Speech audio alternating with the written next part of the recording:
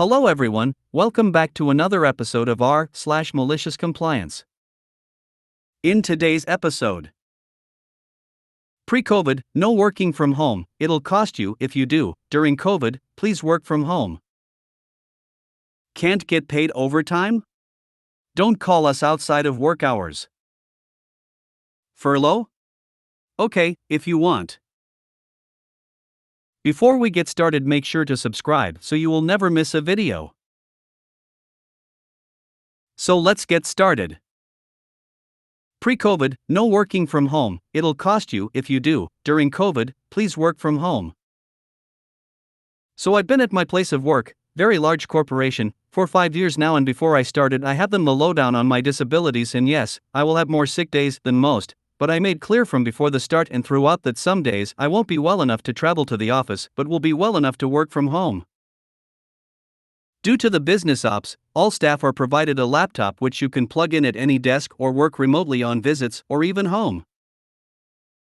My managers didn't trust people to do work from home *, and when it inevitably happened a few months and I let them know I am up for doing my work as usual, no problem, but I won't be able to physically commute to the office today. Just a note that my work was all business admin on a computer, so I could perform my duties to the full same standard wherever I was. My managers told me if I was not well enough to attend site, then I'm clearly not well enough to work, so I had to take or sick day or else admit I am well enough to work and therefore well enough to attend site and get in the car now. They were adamant, despite my explanations proving otherwise, that it was all or nothing. I didn't want to take a sick day, as even though the first X amount were paid, scheme subsidized by the government, you only got so many per year before you didn't get any pay. But they told me not to work again by phoning me when I logged in anyway, just to set my out-of-office auto-reply on and reschedule a couple meetings, which were happening virtually anyway. So I took the day off, enjoying my rest and feeling much better as the day went on. So this happens a few times and I keep complaining and even bring it to HR and senior managers, but apparently it was my manager's discretion, so wouldn't help me. My days added up, and sure enough, the first 2 years of my employment I lost a few hundred due to too many sick days when I was not actually sick, just unable to physically get to work. Then COVID happened. No one was allowed to attend site. Everyone had TO work from home. But due to all my complaining over the last 2 years, I had heaps of evidence in writing from my managers, and essentially backed up my seniors in HR, that I was not allowed to ever work from home. So I didn't. They were not happy, but I held my ground. My partner was in her 3rd trimester, so I was looking forward to having all the extra time to help her and be with the baby. They logged it as sick leave despite me stating and even getting a fit note from the doctor confirming I was fully fit and well enough to work. Pay ran out within a number of weeks. I was pissed, but semi-expecting it, didn't think lockdown would be so ongoing. But without pay it was going to be untenable for me going forward, so I had to fight it, and what I wanted fixing was my absence not being paid leave. I gave them the alternative option, though, that I could work from home, and, as my personal health and job circumstances had not changed, they would have to admit they intentionally forced me to take sick leave unnecessarily over 2 years, meaning they would have to pay that back instead. They did not budge, so I sued. They did their best to ignore the suit, so I started building up my case formally, including a subject access request where they have to give me any documents, or even notes, held on the system that are about me in any way. This included emails between my managers asking HR how they could fire me and HR apologizing that they couldn't find legal grounds to unless I changed my story at any point, i.e. if I gave up the suit and continued working for them, then they would view my lawsuit as fraudulent and terminate my employment. Anyway, this backfired on them, as seeing this showed me that I could never drop the case. I won't go into the full logistics, but when it went in front of a judge, their lawyers were embarrassed, and before the case was over they offered me a settlement to more than cover my lost wages. Even though I was never doing any of this to make money, but to just be treated fairly and respectfully as an employee, I decided to let the case finish, and at the end, without me saying anything, they doubled their first settlement offer with the condition that we agreed that we would all move on from the entire ordeal. I was allowed to work from home, and after COVID continued to do so at my own, unchallenged, discretion. So I accepted. Okay, I actually believe it wasn't trust issues in general, but me personally, because I am disabled. There's actually an exemption that you don't have to follow SARS if there is an ongoing legal challenge, but luckily for me they didn't bother checking that. Can't get paid overtime? Don't call us outside of work hours. Update: I'm sorry I didn't mention English is not my first language and that my grammar is bad. Also need to add my last workplace is a home health agency where we coordinate with nurses and therapists on field when visiting patients. Dawn is Director of Nursing, Alt Dawn is Alternate Director of Nursing and Admin is Administrator. Ready for another story about my ex-boss? For the longest time working at the previous home health, I'd noticed some co-workers would work couple of minutes past end of the shift. From my understanding, this was to prevent any field agents contacting whoever is on call until the next day. Now quick backstory, the person on call is the boss, aka owner, Dawn, admin, etc. One day, we had a conference meeting that the boss wasn't happy some of us were working past work hours and makes a statement to clock out exactly at the time we close for the day. Of course that meant she refuses paying us overtime if we're working over 8 hours. So since our work hours are from Monday through Friday 8 hours each day, we have to make the best of it being productive within those hours. Why emphasis about the days and hours, you ask? Since the calls have been transferred to on-call, which is the boss, this also means she's responsible taking calls until office opens. You'd think she'd know the basic knowledge what to say or instruct when someone calls. Wrong.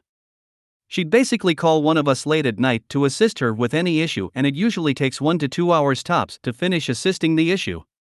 Here's the malicious compliance.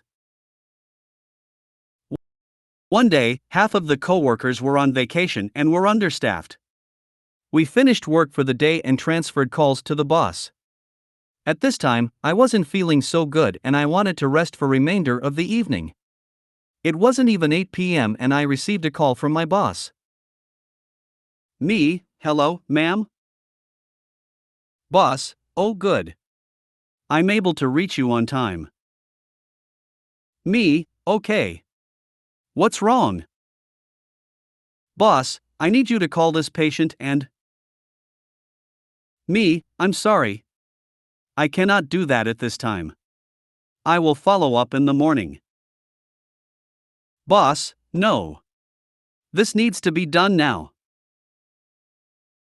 Me, I understand, ma'am. But I cannot work outside hours as you officially said. I will follow up on this patient in the morning. Boss, I did not pay you to be stuck up. Now help me or you won't work for me anymore. Me, but don't you remember what you told us? Because we cannot work overtime and it's past work hours, we cannot assist. This issue with the patient will be done soon as I come into the office tomorrow. Hangs up. The next day, I come into the office and the Alt Dawn arrives in time asking what happened last night. I explained to her the scenario and she took my side. We had a 3-way call with the boss and the Alt Dawn gave her a long lecture how she told everyone we are not to be bothered after work hours even when she told us we cannot work overtime. The shivers I can hear from her side of the call belittle her. After that, we were allowed to work extra 15 minutes with extra pay past work hour to complete whatever needs to be done. She slowly stopped contacting us late at night but would bug the Alt Dawn instead. And the issue she wanted me to assist that time with the patient. The patient couldn't find their pillbox and end up finding it later in the morning. So what the actual fudge? Furlough? Okay, if you want. I worked for a very large, Fortune 100, company a few years ago. Our division was in a particular industry that was linked to oil and gas, so when oil prices declined our revenues declined, there was no demand for our products because there was no investment in the market segment. There was literally nothing we could do. If no one was building oil refineries, no one was buying our tech, no matter how good or bad a job we did. About 7 to 8 years ago, the market was way down. We were very lean, and our industry very profitable, so we still made excellent margins, but sales were down, so our profits were down. I think we had a target of about $925 million in profit for our division, and we were on track to maybe make $850 million. Still wildly profitable. However, the corporate office was pissed about the missing $75 million. Go find a way to bridge the gap. One of the things they did to make up some of the lost profit was to cut everyone's paycheck by 10%, and then tell us to work 10% fewer hours, 36-hour workweek instead of 40. This sucked, but they instituted it in late spring, and we did summer hours every summer where you'd work 9-hour days Monday through Thursday and then half a day on Friday. So what it really meant was you worked 9 hours Monday through Thursday and took your furlough Friday. So the pay cut stung a little, but you essentially got a 3-day weekend every week, which made it a little better. What they didn't consider, though, was human nature.